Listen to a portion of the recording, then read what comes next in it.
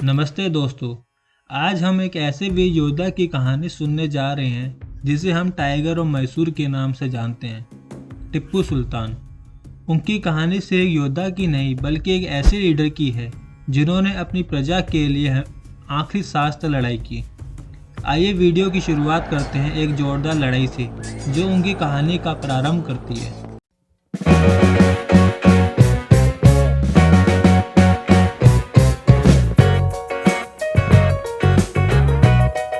ये है 1799 का श्रीरंगापट्टनम का युद्ध, टिप्पू सुल्तान का आखिरी और सबसे महत्वपूर्ण युद्ध। ब्रिटिश ईस्ट इंडिया कंपनी ने उनके राज्य पर कब्जा करने की कोशिश की, लेकिन टिप्पू ने अपनी प्रजा की रक्षा के लिए अपना सब कुछ दान कर दिया।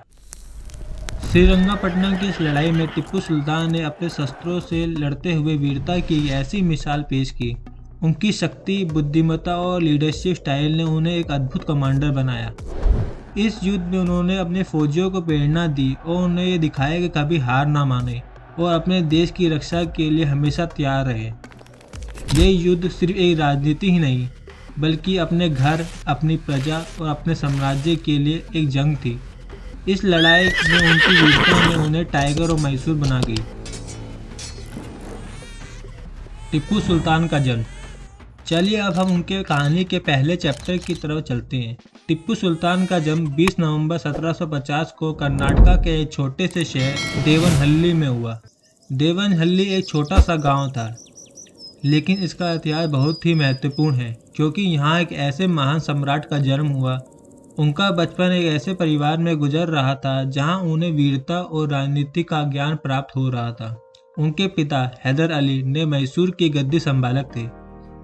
हैदर अली एक सामर्थ्य योद्धा थे जिन्होंने अपने राज्य की रक्षा करने के लिए बहुत सी कठिनाइयों का सामना किया।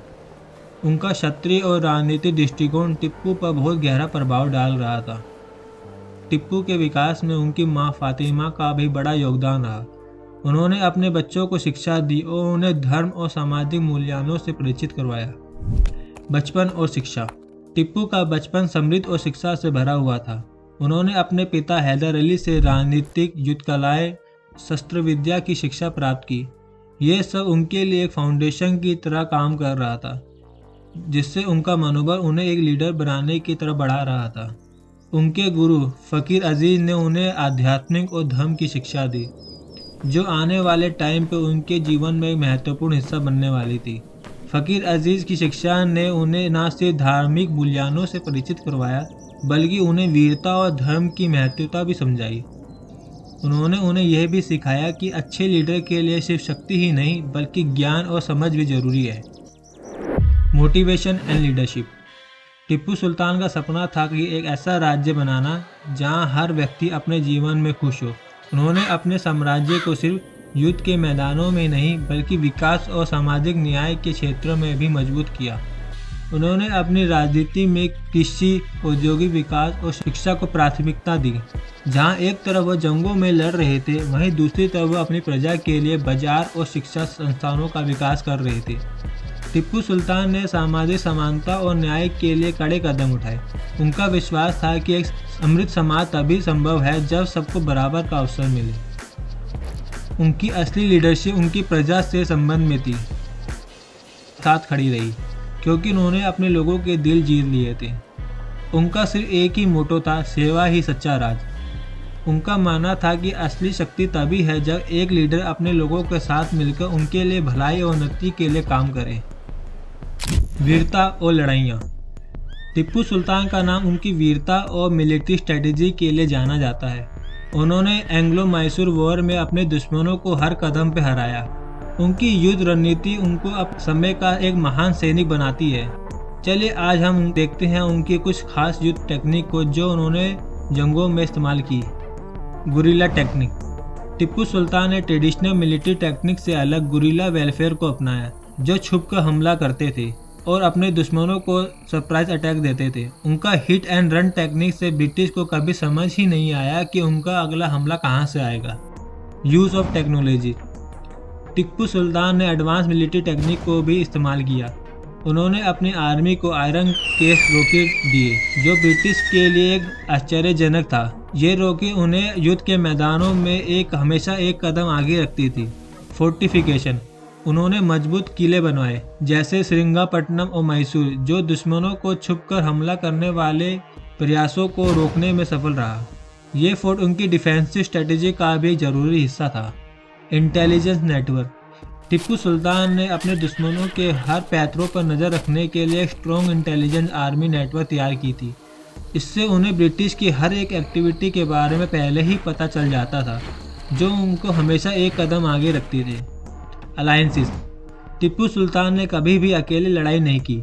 उन्होंने फ्रेंच और दूसरे रिलीजन पावर के साथ अलायंस बनाए, जिससे उनकी मिलिट्री पोजीशन इतनी मजबूत हो गई कि ब्रिटिश को इंडिया में अपना डोमिनेंस बनाने के लिए काफ़ी मुश्किल होने लगी। साइकोलॉजिकल वेलफेयर, जंग के दौरान टिप्पू सुल्तान ने साइकोलॉजिकल वेलफेयर यानी कि शारीरिक कल्याण का भी इस्तेमाल किया। उन्होंने अपने शोल्डर को फियरलेस बनाकर ब्रिटिश के हौसले तोड़ दिए और उन्हें डर और कन्फ्यूजन में डाल दिया। मोबाइल आर्मी, टिप्पू सुल्तान की आर्मी हमेशा मोबाइल और फ्लेक्सिबल रहती थी। उन्होंने अपनी आर्मी को क्विक रिस्पॉन्स में यूनिट में डिवाइड किया, जिससे वो हमेशा हमले के लिए तैयार रहते थे। लॉजिस्टिक, टिप्पू सुल्तान ने अपनी आर्मी अच्छी तरह से सप्लाई किया, जिससे उनकी फाइटिंग कैपेबिलिटी कभी कमज़ोर नहीं हुई। खाना, हथियार, दवाइयाँ का अच्छा बंदोबस्त उनकी जीत के लिए ज़रूरी थी। टिप्पू सुल्तान की स्ट्रेटेजी का असर, टिप्पू सुल्तान की स्ट्रेटेजी उनकी लीडरशिप और रणनीतिक प्रतिभा को दिखाती है। उन्होंने हर जंग में अपनी सोच और स्किल का इस्तेमाल किया, जो उनको एक लेजेंडरी वॉरियर बना गई। उनकी अप्रोच से एक मिलिट्री लीडर की ही नहीं बल्कि एक विजनरी रूलर की को भी दिखाती है। And war and death, fourth Anglo Mysore युद्ध 1798 से 1799 तक चला। ये एक ऐसा समय था जब एक एक कर सारे देशों की ताकत ताशों के पत्तों की तरह गिर रही थी। 4 मई 1799, ये दिन जो अपने आप में कहानियों से भी कहीं ज़्यादा गहरा था। श्रीरंगपट्टनम की इस लड़ाई में टिप्पू सुल्तान का अंत हुआ। ब्रिटिश के 60,000 सैनिक, जो टिप्पू सुल्तान की आर्मी से 2 गुना थी, उन्होंने उनको चारों तरफ से घेर लिया, उनका हर रास्ता रोक लिया। लेकिन टिप्पू सुल्तान की वीरता ने कभी उन्हें पीछे मुड़ने नहीं दिया। उनकी फौज, उनकी रूह हर पल लड़ती रही। पर जब उनका अपना ही देश अपने ही हाथों से उन्हें आखिरी दफ़ा छोड़ दिया, तब टिप्पू सुल्तान ने अपनी जान अपनी धरती के लिए बलिदान कर दी। टिप्पू सुल्तान की कहानी सिर्फ योद्धा की नहीं बल्कि एक ऐसे महान लीडर की कहानी है जिन्होंने अपने देश के लिए अपनी जान का बलिदान दिया। उनका हर एक कदम एक मिसाल था, चाहे वो एक राजा के रूप में हो या एक अपने लोगों के रखवाले के रूप में। उनकी विरासत जो आज भी हमारे दिलों में है, ये हमें याद दिलाती है कि असली ताकत सिर्फ जंग जीतने में ही नहीं बल्कि अपनी धरती, अपने देश की रक्षा करने में होती है। टिप्पू सुल्तान की कहानी हमारे लिए एक प्रेरणा है, एक वीर, एक प्रशासक और एक इंसान जो कभी नहीं भूलेंगे हम। अगर आपको ये वीडियो पसंद आया तो लाइक करें, शेयर करें और हमारे चैनल को सब्सक्राइब भी करें, ताकि हम आपको और भी ऐसे कहानी सुनाते रहें।